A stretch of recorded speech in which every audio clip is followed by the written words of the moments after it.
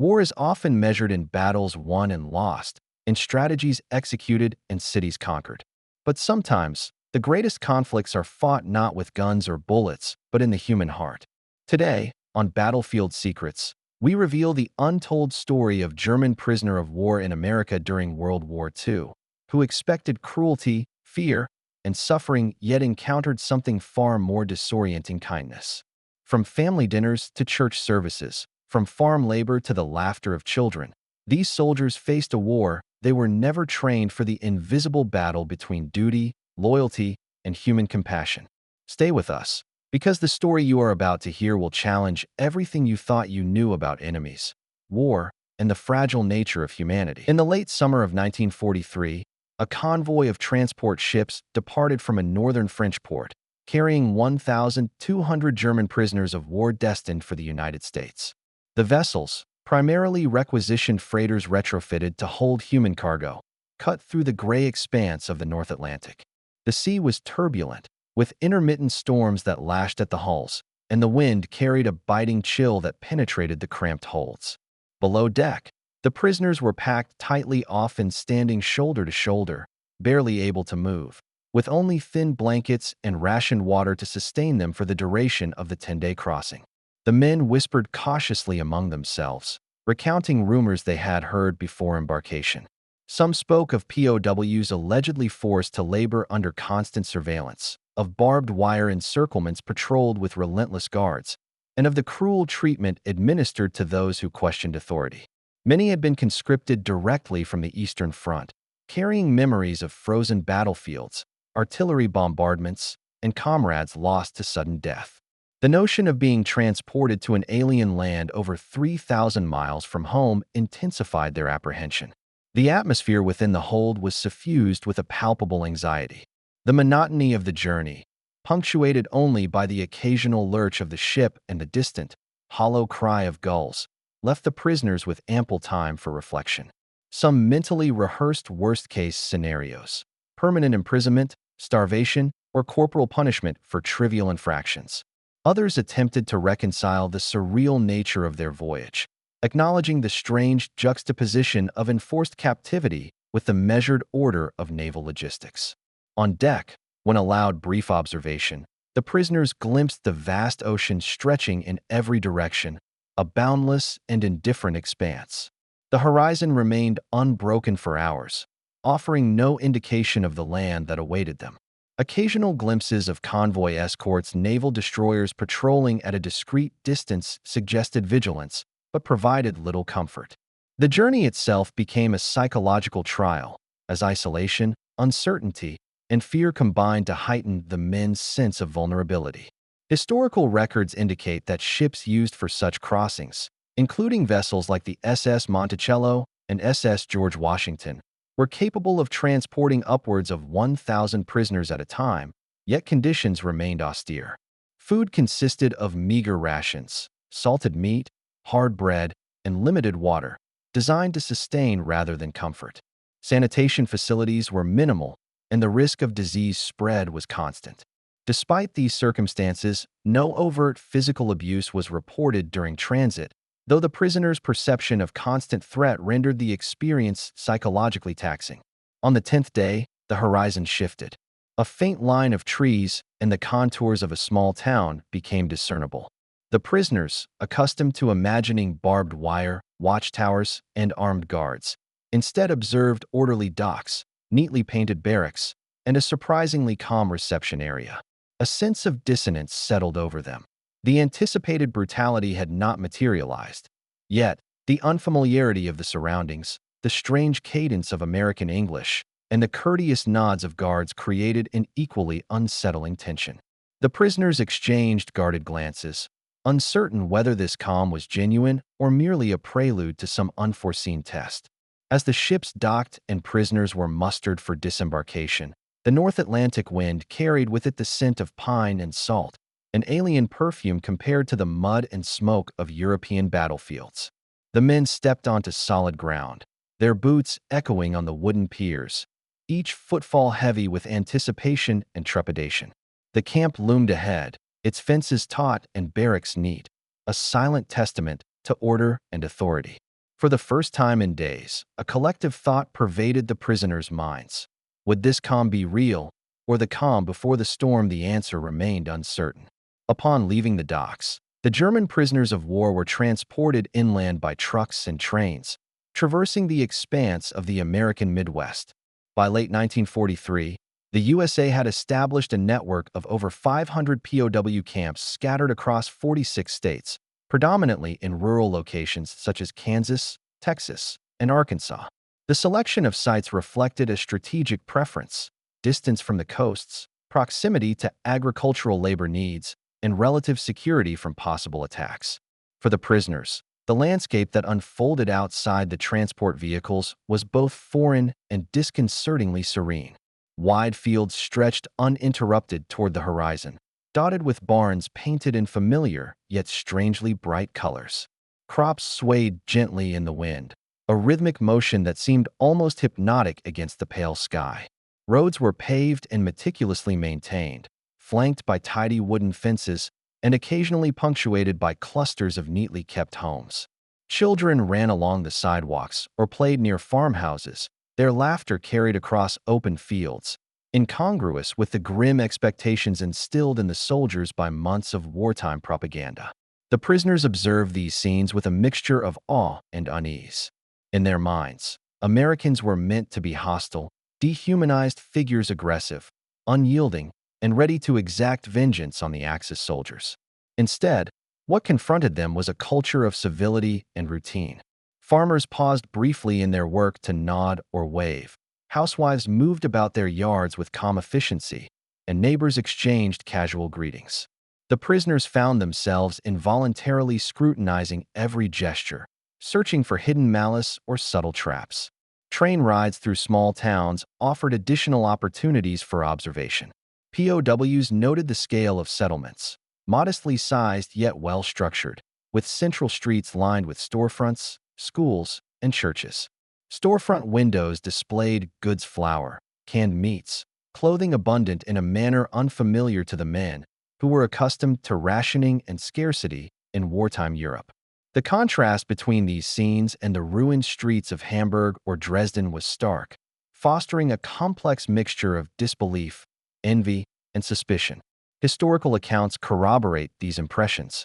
Camps such as Camp Hearn in Texas or Camp Aliceville in Alabama were situated near farmlands where POW labor supplemented the wartime shortage of agricultural workers.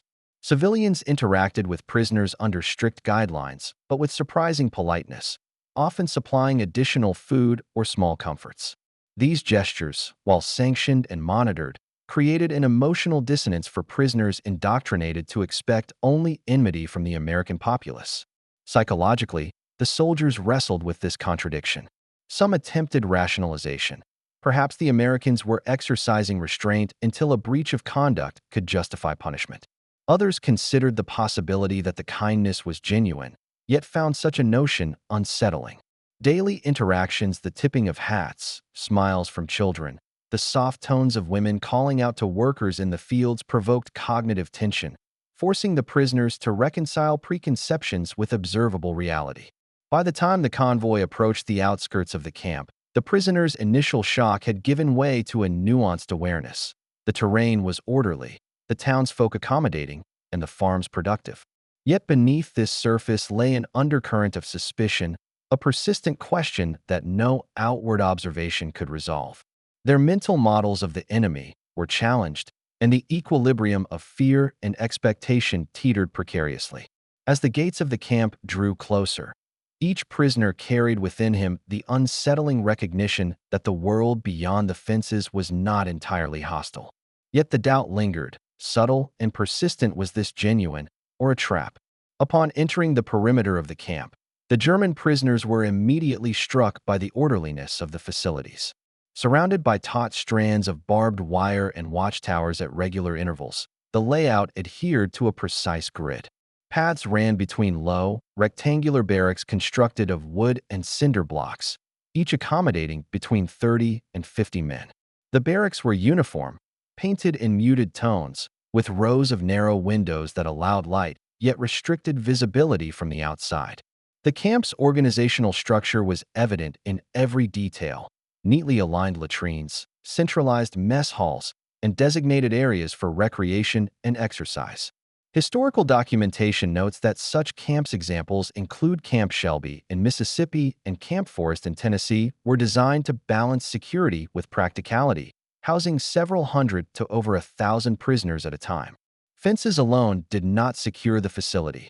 A combination of patrol routes, scheduled roll calls, and watchtower observation ensured surveillance. Guards, often assigned from U.S. Army infantry units, followed strict routines, inspecting perimeters, monitoring work details, and enforcing regulations regarding movement and behavior. Prisoners quickly became attuned to the rhythms of camp life. Morning roll call commenced before sunrise, with men lining up in silence while guards meticulously checked identification and adherence to uniform standards. Meals followed a regimented schedule: breakfast, lunch, and dinner served in communal mess halls with long wooden tables. Food was simple but consistent: gruel, bread, and occasionally meat or vegetables designed to meet caloric requirements without excess. Prisoners were assigned to various labor details, ranging from kitchen duty and laundry to farm work and maintenance of the campgrounds. These tasks were supervised but not overtly punitive. Minor infractions were corrected verbally rather than through corporal discipline. The contrast between expectation and reality generated subtle disorientation among the prisoners. Indoctrinated to anticipate abuse and harsh treatment, many had prepared themselves for constant intimidation or punishment.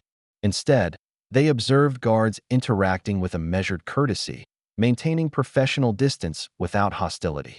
Even while maintaining authority, the American personnel demonstrated restraint, offering instructions clearly and addressing infractions with procedural consistency rather than aggression. Internally, the prisoners experienced a mixture of anxiety and tentative relief.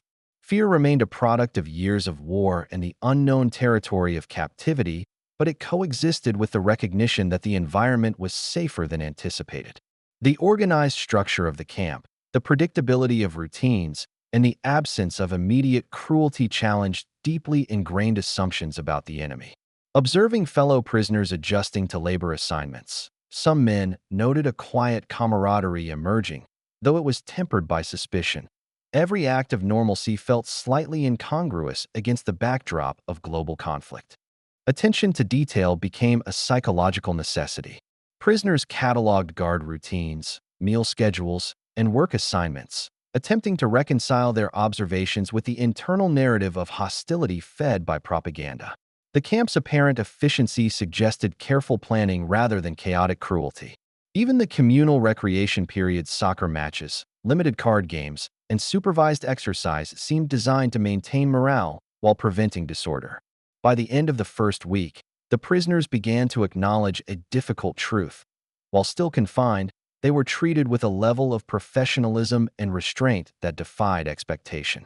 Anxiety persisted, but so did a fragile sense of relief, a recognition that captivity in this environment was governed by rules rather than arbitrary violence. As they prepared for another day of assigned work, a subtle question lingered in their minds, unspoken but persistent. Could the enemy be this humane? This question, left unresolved, set the stage for further exploration of human interaction within the camp, a psychological tension that would continue to unfold as prisoners encountered the surprising generosity and curiosity of the local American populace. Within weeks of their arrival, the German prisoners of war were assigned to labor details on nearby American farms, a common practice in the Midwest and southern United States during 1943 to 1945. Camps such as Camp Shelby in Mississippi and Camp Aliceville in Alabama maintained arrangements with local agricultural operations, supplementing a labor shortage caused by the wartime draft. Prisoners were deployed to harvest corn, pick cotton, tend orchards, and assist with livestock. Each assignment followed a strict schedule under the supervision of both camp personnel and farm owners, ensuring work efficiency while maintaining security protocols. The initial journey to the fields was met with skepticism and caution. Prisoners expected hostility from civilians. Rumors of mistreatment persisted in whispers from those who had arrived earlier. Yet, the first interactions immediately challenged these assumptions. Farmers greeted the prisoners with measured politeness, providing guidance on tasks, offering water from enamel pitchers, and instructing on the proper handling of equipment. The men noted the meticulous organization of the workday. Start times were punctual, breaks brief but regular, and tools maintained to functional standards. Unlike their experiences on the front lines, efficiency was enforced without cruelty. Meals served in the field house or at the farmhouse introduced an unexpected cultural and emotional dimension. Bread was freshly baked, milk poured from chilled jugs, and meat, often a rarity in wartime Germany, was provided in generous portions. Prisoners, accustomed to rationed staples and the scarcity of fresh ingredients, were struck by the abundance and quality. Historical records indicate that farmers often supplemented rations beyond what was required by army regulations, motivated by both the need for labor and a sense of moral responsibility toward the men under their supervision. For many prisoners, this generosity was bewildering, eliciting a complex mixture of awe, disbelief, and guilt. The work itself was physically demanding. Corn stalks had to be cut and gathered, cotton carefully picked and bundled, and livestock fed with attention to health and productivity. Despite fatigue, prisoners observed the careful attention locals paid to their own operations, noting parallels with military discipline but devoid of punishment or intimidation. Over time, some men began to accept the rhythm of farm life, acknowledging its familiarity and predictability, yet the cognitive dissonance persisted. Here were the enemy, laboring under their direction, treated not as prisoners but as human collaborators. Interaction with the local population further reinforced this incongruity. Children ran along fence lines, waving, while housewives offered small gestures: a loaf of bread, a slice of pie, or fresh fruit.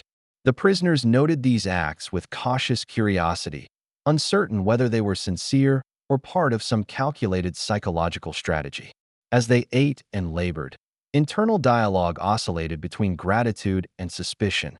The generosity of strangers contradicted every expectation instilled by years of propaganda and wartime indoctrination. By the end of the day, as prisoners returned to the camp, the emotional contrast weighed heavily. They had experienced sustenance, warmth, and respect, yet the underlying question remained unresolved.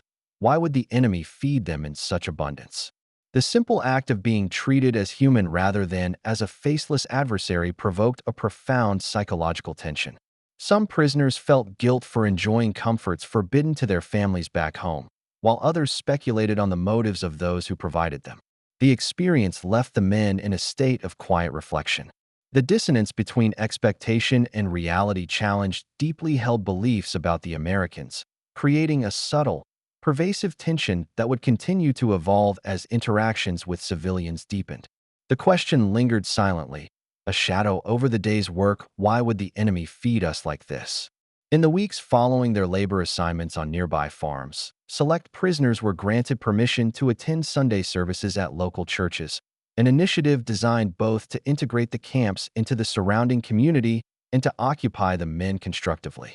By 1944, churches in small Midwestern and Southern towns, often Protestant denominations such as Methodist, Baptist, and Lutheran, served as central hubs of social and spiritual life.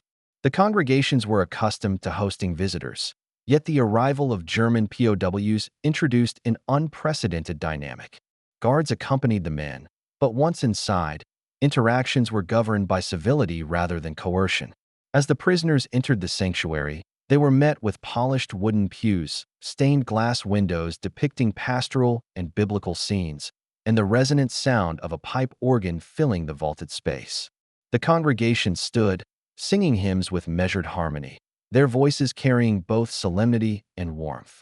The prisoners, instructed to maintain composure, found themselves startled by the ordinariness of the scene: the lack of hostility, the deliberate calm, and the subtle nods of acknowledgement from civilians. For many, the experience defied years of wartime propaganda, which had depicted Americans as inherently aggressive and unfeeling toward captured soldiers. The sermons, delivered with measured cadence, emphasized themes of forgiveness, labor, and moral duty, rather than condemnation or vitriol. Clergy addressed the POWs indirectly, including them in generalized appeals to shared human responsibility.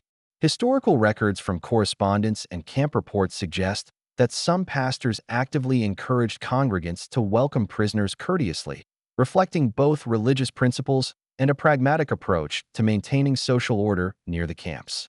The prisoners observed these gestures with a mixture of skepticism and astonishment, attempting to reconcile their expectations of hostility with the observed civility. Seating arrangements allowed prisoners to sit among townspeople rather than in isolated sections. Children occasionally whispered greetings, and older congregants offered subtle smiles or polite nods. This unexpected inclusivity elicited profound psychological reactions. Some prisoners experienced relief, interpreting the calm as evidence of genuine goodwill. Others felt unease. The absence of overt threat created tension, raising the possibility that kindness was a calculated form of manipulation. The juxtaposition of normal social interaction with the underlying reality of captivity produced a dissonance that the men struggled to resolve. Beyond observation, prisoners were compelled to confront internal moral questions. Feelings of belonging and acknowledgement provoked reflections on loyalty and duty. Could one participate in communal worship, even quietly, without compromising allegiance to the fatherland? For many, the simple act of sitting among civilians and hearing hymns sung in harmony triggered an emotional response both awe-inspiring and disquieting. The clarity of the ritual, the rhythm of prayers, and the visible attention of the townspeople contrasted sharply with the chaos of frontline experience, highlighting the disparity between expectation and reality. By the conclusion of the service, prisoners were escorted back to the camp, but the impression lingered. The combination of warmth, ritual, and observed civility unsettled deeply held beliefs. Each man carried a private, gnawing question, whether the kindness he had witnessed was authentic or merely a facade designed to disarm and manipulate. The internal struggle persisted, a psychological tension that refused resolution and would continue to shape interactions outside the church. As the sound of church bells faded across the fields, and the prisoners returned to their barracks under the steady gaze of guards, one thought remained persistent and unresolved. Can one sit in peace among those you were trained to hate? This question, suspended in uncertainty, prepared the men for the next encounter with American humanity, shared meals at family tables, where observation, expectation, and reality would collide more intimately than ever before.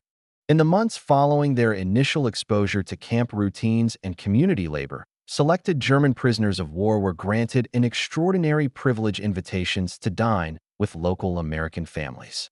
These opportunities, though rare, were part of a broader effort by camp authorities and civic organizations to foster goodwill and normalize relations between civilians and POWs. Camps such as Camp Forest in Tennessee and Camp Shelby in Mississippi coordinated with nearby households to allow limited, supervised interaction while maintaining security protocols. The prisoners approached these dinners with skepticism, anticipating cold formality or veiled hostility. Upon arrival, they were greeted by families in modest homes, typically single-story dwellings with tidy yards, whitewashed fences, and welcoming entryways. The interior reflected the norms of 1940s America: polished wooden tables, lace curtains, and the aroma of food freshly prepared on wood or coal stoves. The atmosphere was calm, orderly, and distinctly domestic, a stark contrast to the battlefield chaos or the structured, impersonal environment of the camp. Meals were consistent with wartime American households, designed to provide sustenance and convey hospitality. Tables were set with care, enamel plates, polished cutlery, and napkins folded neatly beside each place setting. The food, while simple, was abundant. Roasted meats, potatoes, freshly baked bread, and seasonal vegetables were accompanied by preserves, butter, and occasionally pie for dessert. Milk or coffee was poured generously. Prisoners, many of whom had subsisted on rations and monotony for months or years, were taken aback by the quantity and quality, their eyes betraying a mixture of astonishment and disbelief. As the meal commenced, conversation flowed around the table. Families spoke in gentle tones, asking questions about origins, experiences, and daily life within the camp, often moderated to avoid sensitive topics. Laughter occasionally punctuated the discussion, and children, initially shy, began to interact with the visitors, offering simple gestures: a slice of bread, a small toy, or a shy smile. Each act, though mundane by local standards, struck prisoners as profoundly humanizing. Internally, the soldiers grappled with a complex mix of emotions. Comfort and warmth were accompanied by an undercurrent of tension, as guilt and incredulity intertwined with the enjoyment of the meal. Many reflected on the devastation awaiting their families in Europe, the scarcity of food, and the uncertainty of survival. Eating heartily while their loved ones endured privation generated a quiet shame that pervaded the mind, coloring even the smallest gesture of kindness with moral ambiguity. The experience challenged all preconceptions. The enemy, whom they had been trained to fear and hate, displayed patience, generosity, and warmth. The prisoners' psychological landscape shifted as they recognized the disparity between indoctrinated expectation and lived reality. Every smile, every slice of bread, and every courteous nod forced a re-evaluation of loyalty, duty, and personal morality. Even the smallest acts of attention, an offered cup of coffee, a gesture of passing the salt, elicited a profound emotional reaction. By the conclusion of the meal, prisoners returned to the camp with a mixture of satisfaction and unease. The human connection they had experienced left them unsettled, creating an internal tension that no drill or patrol could resolve. The contrast between expectation and reality was stark, and the warmth of the household lingered in memory, highlighting the disparity between indoctrinated fear and observable kindness.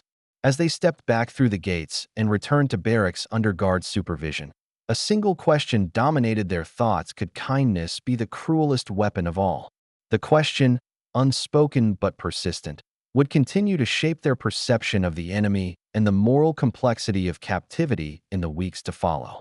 By the summer of 1944, German prisoners of war at camps in the American Midwest and South began receiving letters from family members back home, facilitated through the Red Cross and the U.S. Army postal system.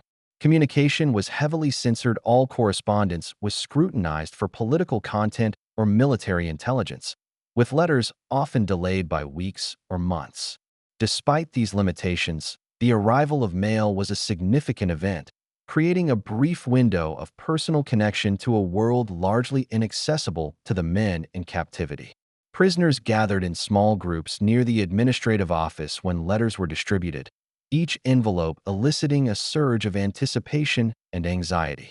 The men had been informed that censorship would restrict the expression of sensitive information, yet even mundane details of daily life, weather, chores, and casual observations were charged with meaning. Families wrote of rationing, the scarcity of food and fuel, the destruction of homes and towns from Allied bombing campaigns, and the anxieties of relatives left to endure the war's hardships. Photographs occasionally accompanied the letters, depicting children in thin clothing or homes reduced to rubble, images that contrasted starkly with the abundance and calm of the American countryside. The reading of these letters provoked profound psychological tension. Prisoners, having recently experienced relative comfort, warmth, and hospitality from both civilians and camp personnel, were confronted with the stark reality of deprivation at home. Bread, milk, and fresh meat in the United States seemed an affront when juxtaposed with the thin rations and destroyed infrastructure their families endured.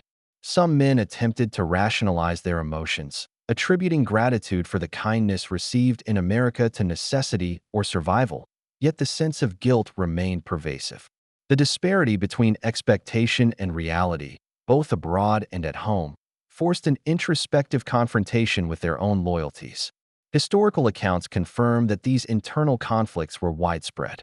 Reports from Camp Shelby and Camp Aliceville indicate that prisoners often discussed letters among themselves, reflecting on their family's suffering while acknowledging the generosity of local Americans. Some prisoners openly questioned the ideological framework that had defined their understanding of the enemy.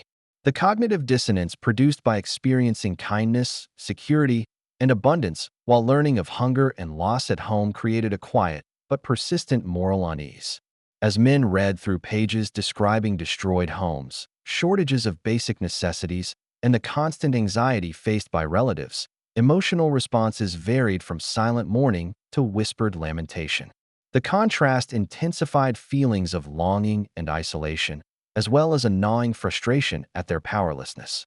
Observing fellow prisoners grapple with these emotions, each man became increasingly aware of the psychological strain induced by captivity, compounded by the moral conflict inherent in accepting care from those previously defined as enemies.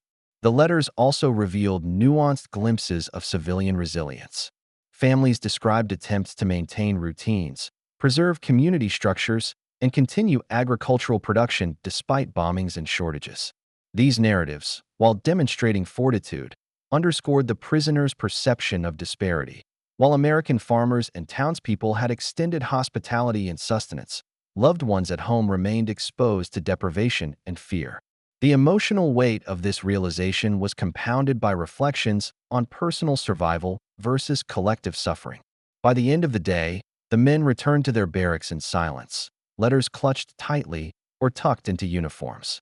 The contrast between their immediate environment and the conditions described at home generated an unspoken moral question that resonated through the camp. How can one enjoy abundance while home burns? The inquiry, unresolved and haunting, lingered in the prisoners' minds, framing both their perception of the Americans and their own evolving understanding of duty, loyalty, and human empathy. By late 1944, the German prisoners of war had begun to adjust to the routines of camp life, their interactions with American civilians, and the relative comfort afforded to them compared to the conditions back home. Yet, beneath the apparent calm, a quiet tension simmered.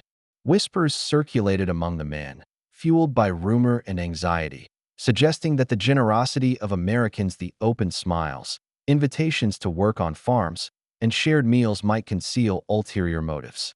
The question of psychological manipulation became a central preoccupation as the prisoners struggled to reconcile observed kindness with decades of ideological indoctrination.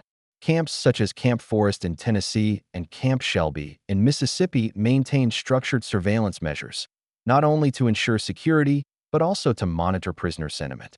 Reports indicate that U.S. military personnel occasionally observed interactions between POWs and civilians, documenting behavioral patterns and social engagement. While official motives were procedural, prisoners interpreted these observations through the lens of suspicion, believing that every smile and gesture could conceal subtle attempts to erode loyalty, gather intelligence, or psychologically destabilize them. Within the barracks, debates erupted quietly yet persistently.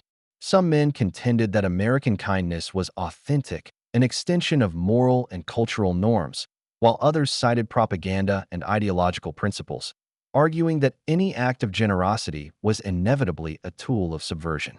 Nazi doctrine had long framed Americans as morally corrupt and strategically duplicitous. This conditioning magnified the prisoners' skepticism. Discussions of loyalty, duty, and the role of personal conscience became fraught, with each statement weighed against both ideological expectations and observable reality. The emotional environment was one of subtle paranoia. Prisoners scrutinized each other as carefully as they observed civilians, uncertain whether compliance, acceptance of kindness, or public gratitude could be construed as weakness or betrayal. Some men refused invitations to work closely with civilians or participate in communal meals, retreating to the barracks to maintain psychological boundaries. Others cautiously engaged with hosts, balancing their appreciation of generosity against a lingering wariness. The tension was compounded by practical considerations. Observations of guards' routines, farm owners' instructions, and administrative oversight reinforced the perception that interactions were monitored.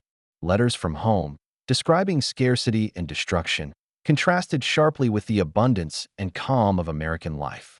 This dissonance intensified feelings of guilt and doubt, leaving prisoners oscillating between gratitude, suspicion, and shame. The mind became a battlefield where moral calculation and survival instincts intersected with ideological conditioning.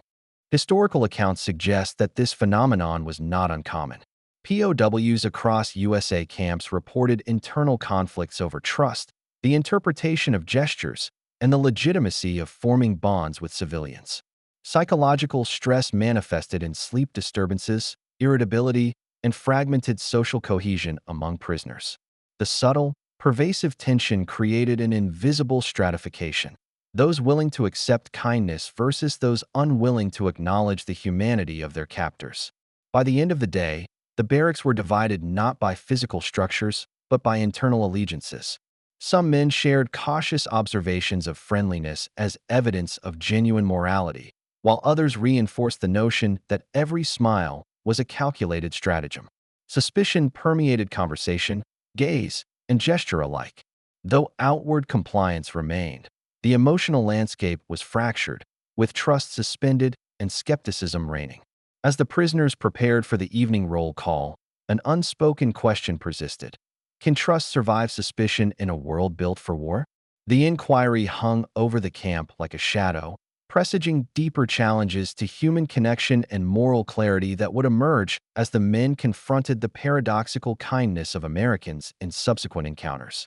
As the weeks passed, select German prisoners of war found themselves increasingly exposed to the subtler dimensions of American civilian life. Beyond structured labor and supervised meals, local families, particularly children, began to offer small, unsolicited gestures of kindness. Camps such as Camp Shelby, Camp Forest, and Camp Aliceville documented instances of community outreach designed to humanize prisoners, alleviate boredom, and reinforce social norms. Children left toys, fruit, or handwritten notes at the edges of fields or near the camp perimeter, while housewives occasionally baked bread or pies to supplement rations provided by military authorities. These gestures, though minor in material terms, carried profound psychological significance for the men who received them. Prisoners approached these interactions with initial suspicion. Indoctrinated from youth to regard Americans as inherently deceitful and morally corrupt, they struggled to interpret kindness outside a framework of strategic manipulation. A small wooden toy, left on the fence line by a local boy, prompted hesitation and disbelief. Bread and butter, carefully wrapped in wax paper, evoked both hunger and moral disorientation. Handwritten notes, often containing simple greetings or encouragement to work diligently, introduced a dissonance that could not be reconciled with prior expectations of hostility. The phenomenon was reinforced by historical context. Wartime American communities often engaged in outreach programs to foster morale and strengthen domestic support for the war effort. Local churches, civic organizations, and volunteer groups organized drives to provide small comforts for POWs, from donated clothing and books to tokens of seasonal celebration. While these initiatives were guided by supervision and regulation, the prisoners experienced them as spontaneous, human gestures. Observing such generosity, many men noted the stark contrast with the indoctrinated image of the enemy as unforgiving and unyielding. Psychologically, the effects were complex. Shock and warmth intertwined with lingering suspicion. Some prisoners felt guilt at the ease with which they accepted gifts, while families at home endured hardship, rationing, and devastation from bombings. Others were disoriented by their emotional response, pleasure, gratitude, and even affection toward individuals they had been trained to despise. Small conversations, exchanged with children across fences or under the watchful gaze of mothers, elicited involuntary smiles, a subtle loosening of psychological walls built over years of conflict. The moral tension created by these acts of kindness intensified the prisoners' internal struggle. Each simple gift, whether a loaf of bread, a bundle of apples, or a carefully folded note, was a reminder of the humanity that persisted amid war. Yet the very same kindness provoked unease. Could generosity be sincere, or was it a form of calculated psychological influence designed to test compliance, loyalty, or gratitude? The prisoners' minds oscillated between appreciation and doubt, creating a state of persistent cognitive dissonance. By the end of the day, the cumulative effect of these interactions left a subtle yet pervasive imprint. The men had encountered not hostility but care, not indifference but attentiveness.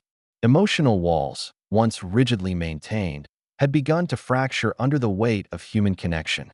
For some, this produced a quiet exhilaration; for others, an unsettling tension.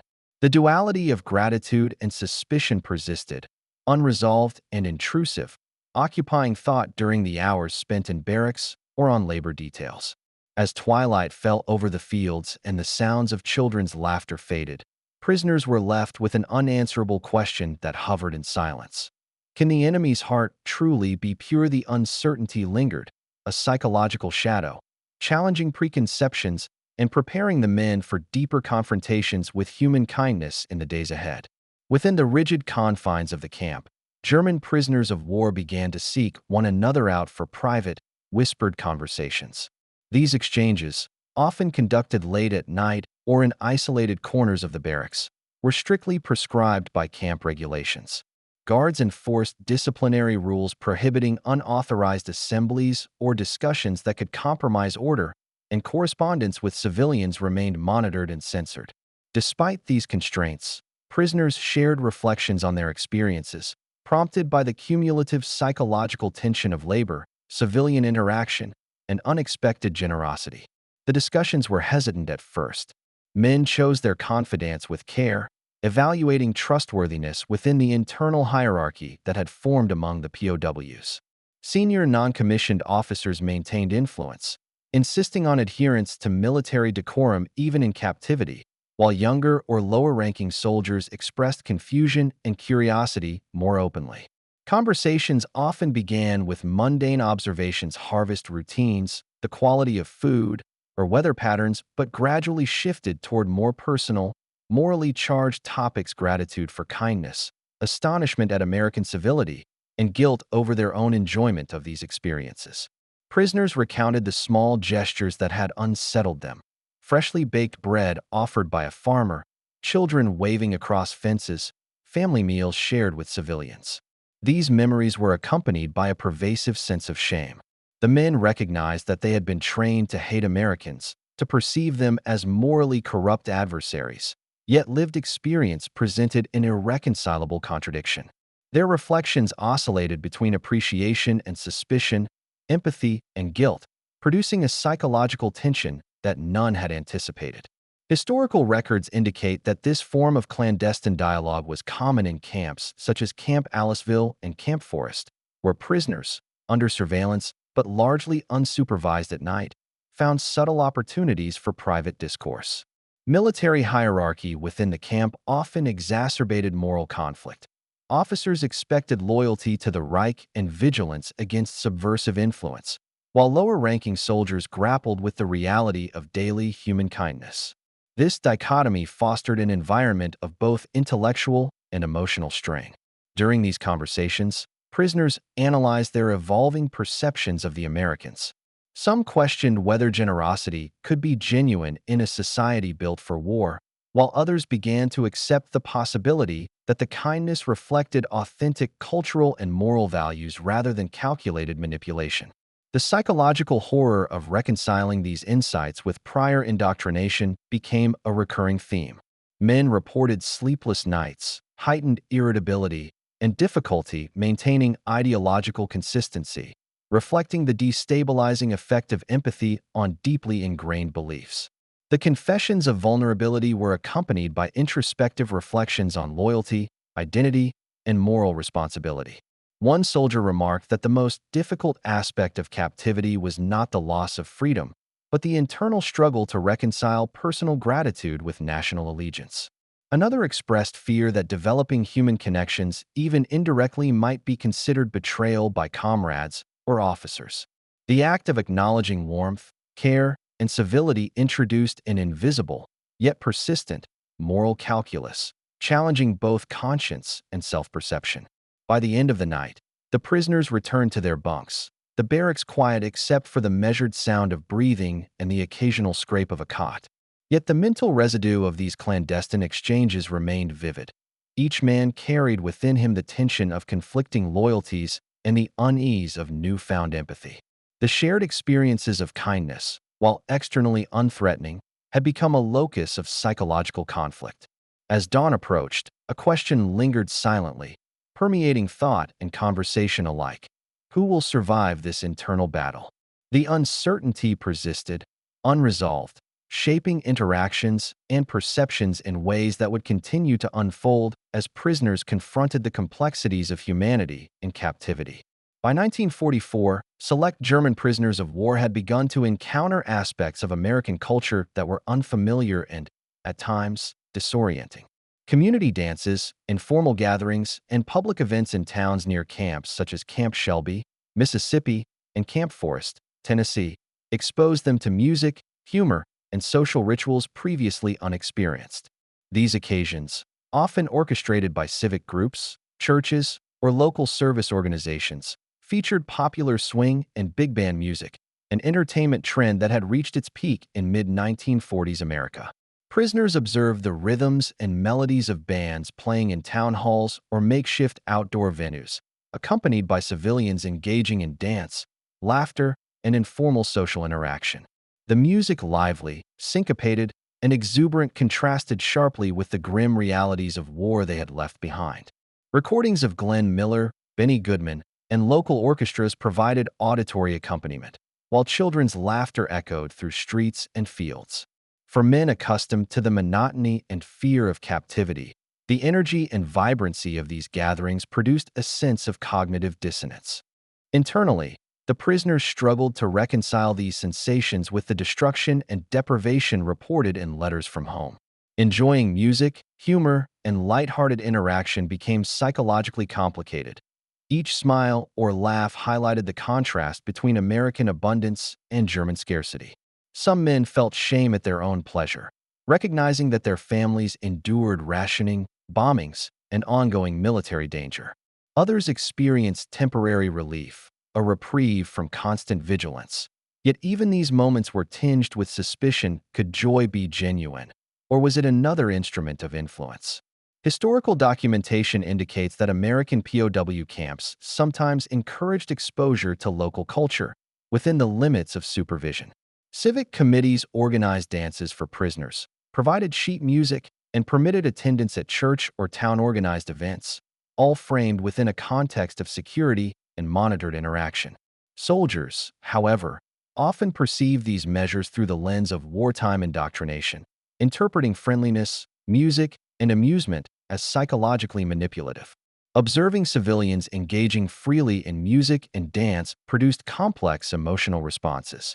Men noted the precision and communal coordination of dances, the innocence of children playing, and the camaraderie among adults.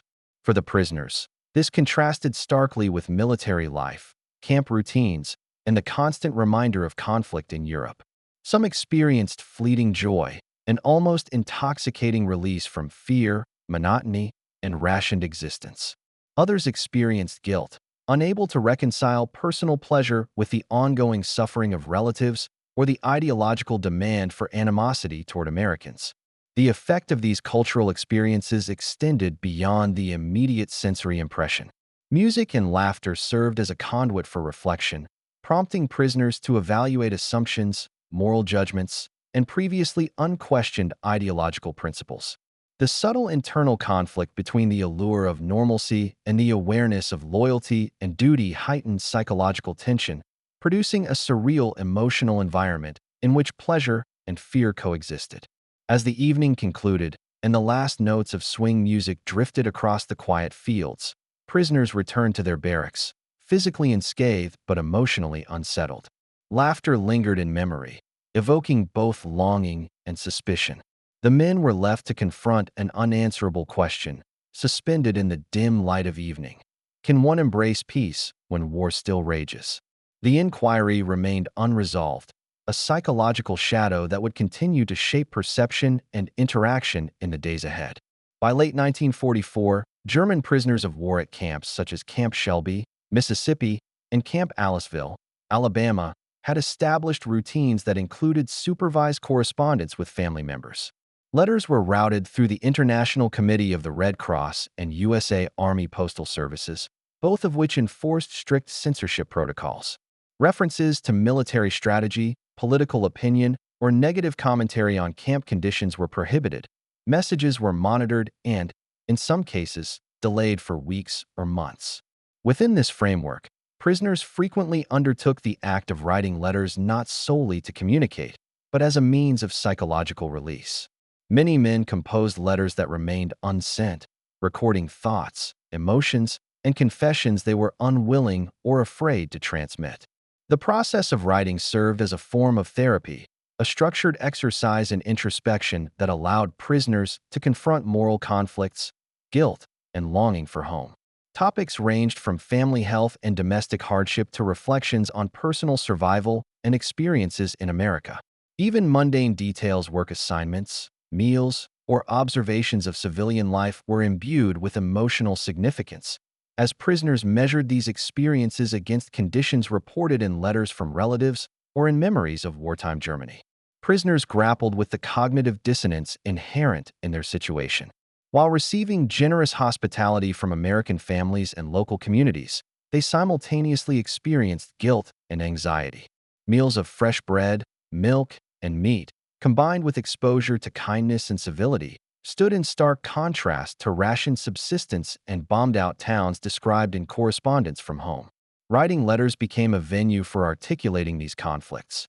Yet fear of judgment, both from family and fellow POWs, led many to withhold their words. A soldier might confess relief or even attachment to American society, only to pause, recognize the potential censure from comrades or the ideological implications, and set the letter aside. Historical records indicate that such letters, though private, were common within POW camps. Prisoners often maintained journals or unsent correspondence, noting both external events and internal reflection. This practice reinforced a heightened state of moral and psychological tension. Writing provided a controlled outlet for emotion, yet simultaneously underscored the impossibility of fully reconciling gratitude toward Americans with loyalty to the Reich. Some entries revealed profound, unsettling realizations. A few prisoners expressed a latent desire to remain in the United States rather than return to the destruction and privation of wartime Germany. Others contemplated the impossibility of reintegrating into a society that had demanded obedience, ideological conformity, and personal sacrifice. These private confessions illuminated the psychological strain of captivity. Men were forced to confront their own humanity, values, and longings in ways that propaganda and military training had not anticipated. As the men folded letters into envelopes and placed them in drawers or pockets, the act of writing lingered as a source of both comfort and tension. Words on paper represented emotional truth, yet remained suspended in secrecy, a testament to the prisoner's inner turmoil. Anxiety, longing, and moral struggle intertwined in every unsent line, reflecting a growing awareness that their experiences in America had altered perceptions of duty, loyalty, and human connection. By nightfall, the barracks were silent except for the rustle of paper and occasional sighs. The men lay awake, contemplating the implications of their withheld words. Each unsent letter carried with it an unspoken question, persistent and unresolved. Could returning home be the cruelest act of all? The uncertainty of future reintegration, of confronting familiar society after months of exposure to kindness, left a psychological shadow over the camp, intensifying the moral and emotional complexity of captivity. By early 1945, the German prisoners of war housed in American camps such as Camp Shelby, Mississippi, and Camp Aliceville, Alabama, experienced a phenomenon distinct from any conventional military engagement, an internal struggle marked by the collision of gratitude, guilt, and ideological loyalty. Camp routines, while structured and ostensibly monotonous, became the backdrop against which this psychological conflict intensified. Guards conducted daily roll calls, labor assignments persisted with regimented efficiency, and correspondence with family continued under strict censorship. Yet beyond these external frameworks, the prisoners' minds were engaged in battles invisible to all but themselves. The mental strain manifested in multiple forms. Many men suffered from sleepless nights, their thoughts occupied by memories of generosity extended by American civilians, meals shared in homes, small gifts from children, and the warmth of social inclusion. Each act of kindness, while seemingly benign, provoked a violent internal dissonance. Indoctrination received through Nazi propaganda had instilled the conviction that Americans were morally corrupt and inherently hostile. The repeated observation of care, civility, and hospitality directly contradicted this conditioning. Prisoners oscillated between incredulity, suspicion, and reluctant appreciation. Nightmares were common. Men recalled destroyed homes and starving relatives while simultaneously experiencing vivid recollections of laughter and abundance in the American countryside. The juxtaposition of these images produced a profound sense of psychological horror, not rooted in physical threat, but in the impossibility of reconciling personal comfort with perceived duty. Letters from Germany, censored and filtered, reinforced the tension. Reports of rationing, displacement, and devastation collided with memories of milk, fresh bread, and the smiles of children in the United States. The mind became a battlefield where each thought of gratitude was countered by guilt, and every acknowledgement of kindness was shadowed by suspicion. Within the barracks, informal hierarchies shaped discussion and reflection. Senior non-commissioned officers emphasized adherence to ideological loyalty, warning against fraternization or displays of attachment. Yet, even the most rigid men were not immune to introspection. Diaries and unsent letters reveal prisoners wrestling with fundamental questions of morality. Could one accept kindness without compromising loyalty? Was it possible to experience human connection with those previously taught to be enemies without betraying duty? The answers remained elusive, fostering anxiety, tension, and a pervasive sense of unease. Historical documentation corroborates this dynamic. USA Army reports noted that POWs exhibited signs of psychological strain distinct from physical discomfort. Sleep disturbances, increased irritability, and emotional withdrawal were recorded alongside positive engagement with work and recreation. Military psychologists recognized that the cognitive dissonance induced by exposure to human kindness could be as disruptive to morale and cohesion as the rigors of labor or the threat of punishment. By midwinter, the invisible war within the prisoners' minds had crystallized. Acts of civility, the simple warmth of a shared meal, the laughter of children, the attentiveness of a family had become instruments of both comfort and internal torment. Each man carried an individualized burden. The need to reconcile empathy and gratitude with ingrained notions of duty, the inability to fully enjoy kindness without guilt, and the unspoken question of whether survival, loyalty, and morality could coexist under such circumstances. As the men retired for the night, the camp quiet but watchful, a singular, persistent question lingered in collective consciousness: can loyalty survive the compassion of the enemy? The uncertainty remained unresolved, a psychological shadow poised to shape decisions, relationships, and the ultimate confrontation with both external and internal realities in the chapters to come. By mid-1945, as the European theater of World War II drew to a close, repatriation procedures for German prisoners of war in American camps were underway. Camps such as Camp Shelby, Mississippi, and Camp Aliceville, Alabama, coordinated with the U.S. Army and the International Committee of the Red Cross to arrange transportation by rail and ship back to continental Europe. Official records indicate that departures were staggered over weeks, allowing for administrative processing, medical examinations, and logistical coordination. For the men awaiting transport, the end of captivity prompted complex emotional responses, balancing relief with lingering uncertainty. The final days were characterized by an unusual degree of ceremonial acknowledgement.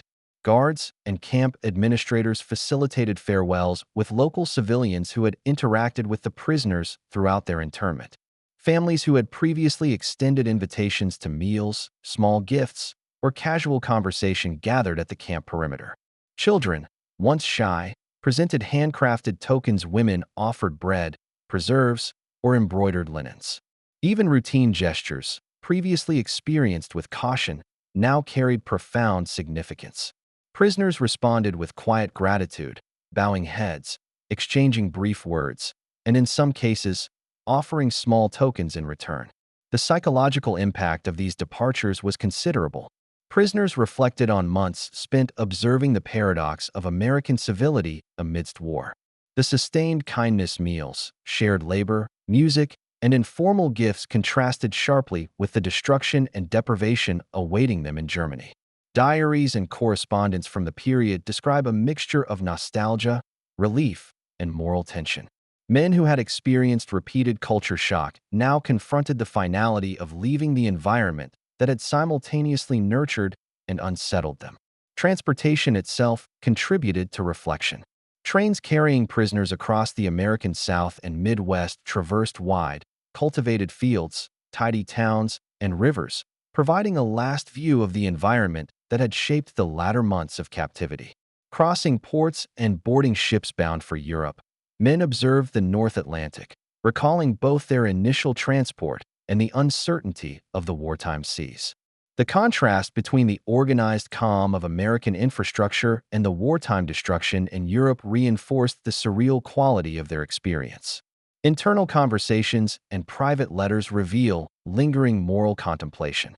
Some prisoners documented admiration for the individuals they had encountered, acknowledging genuine care and human warmth. Others expressed guilt, recognizing the inability to reconcile personal enjoyment of abundance with the privation faced by families and communities back home. Psychological historians note that such cognitive dissonance, experiencing benevolence from an enemy while contemplating the suffering of one's own, was a persistent source of tension among returning POWs. As departure day arrived, formal roll calls and inspections preceded the final goodbyes. Men exchanged handshakes with civilians and guards alike, their expressions a mixture of gratitude, solemnity, and apprehension. Promises were made to remember, letters to be sent, and gifts carefully tucked into uniforms. For many, the memory of these interactions would persist as a benchmark of moral ambiguity and human resilience, acts of kindness performed in the shadow of global conflict, leaving indelible psychological impressions. As the ships pulled away from port and the last American fields receded into the distance, the prisoners' thoughts turned eastward, toward a homeland ravaged by war, rationing, and loss. Questions remained unresolved, suspended between relief at survival and dread of reintegration. Will the world ever understand what humanity costs in war? The uncertainty persisted, leaving men to confront the paradox of kindness, loyalty, and the enduring weight of memory. In the months following their repatriation, former German prisoners of war reflected on the unprecedented experiences of captivity in the United States. Camps such as Camp Shelby, Mississippi, Camp Aliceville, Alabama, and Camp Forest, Tennessee, had become microcosms of social and moral experimentation, wherein the prisoners were exposed to unexpected acts of civility, generosity, and human warmth. Historical accounts, personal diaries, and Red Cross reports indicate that these experiences left lasting psychological impressions, challenging deeply ingrained ideological convictions and reshaping perceptions of the enemy. The enduring lesson was striking: the enemy was human. Soldiers who had been indoctrinated from youth to regard Americans as morally corrupt, deceitful, and irredeemable were confronted daily with evidence to the contrary. Farm labor, shared meals, participation in church services, and interactions with local families demonstrated that kindness could exist in the midst of war, that empathy could be extended even toward captives. Each act of generosity, whether a loaf of bread, a child's greeting, or an invitation to dance, created cognitive dissonance, forcing prisoners to reevaluate prior beliefs while contending with internalized notions of duty and loyalty. Psychologically, the impact of these experiences was profound. Diaries, unsent letters, and post-war testimonies indicate persistent moral and emotional struggle. Some prisoners experienced lasting guilt at having benefited from abundance, while relatives endured deprivation in Germany. Others recognized the transformative power of human connection, noting that the ability to perceive generosity, civility, and shared humanity challenged the rigidity of prior indoctrination.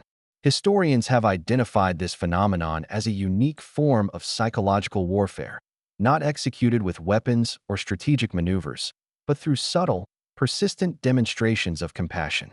Reintegration into post-war Germany presented further challenges. Former POWs returned to cities devastated by bombing campaigns, families disrupted by displacement, and a society grappling with the consequences of ideological extremism. For many, memories of American generosity remained vivid, forming a moral counterpoint to the destruction and suspicion they encountered at home. Letters, conversations, and memoirs reveal that these experiences informed broader reflections on ethics, empathy, and the human capacity for both cruelty and benevolence. The legacy of these interactions extends beyond individual psychology. Reports from the USA Army, Red Cross archives, and post-war sociological studies suggest that exposure to humane treatment and cross-cultural engagement influenced prisoners' attitudes toward reconciliation, post-war civic life, and perceptions of the enemy in subsequent decades. The subtle lesson was that human kindness, extended even under extraordinary circumstances, could destabilize deeply ingrained beliefs and compel moral reflection. As the years progressed, former POWs often revisited these memories with a mixture of nostalgia, guilt, and admiration. The paradox of wartime captivity remained clear. The most terrifying weapon was not artillery or bullets, but the cognitive and moral challenge of reconciling experience with ideology. The acts of kindness that punctuated captivity, so minor in material terms, yet so significant psychologically, emphasized the enduring complexity of human morality in conflict. As the last prisoners left American soil, they carried with them memories that no battlefield could erase: memories of generosity, moral conflict, and the realization that sometimes the enemy is not a soldier across the fence, but the doubts and questions within. This story is more than history. It is a lesson in empathy, trust, and the psychological cost of war. If this story captivated you, don't forget to subscribe to Battlefield Secrets and hit the notification bell. We uncover the hidden battles, secret operations, and untold tales that textbooks never tell. Share your thoughts in the comments below. Could kindness really be a weapon of war? And remember, behind every barbed wire fence lies a story waiting to be discovered.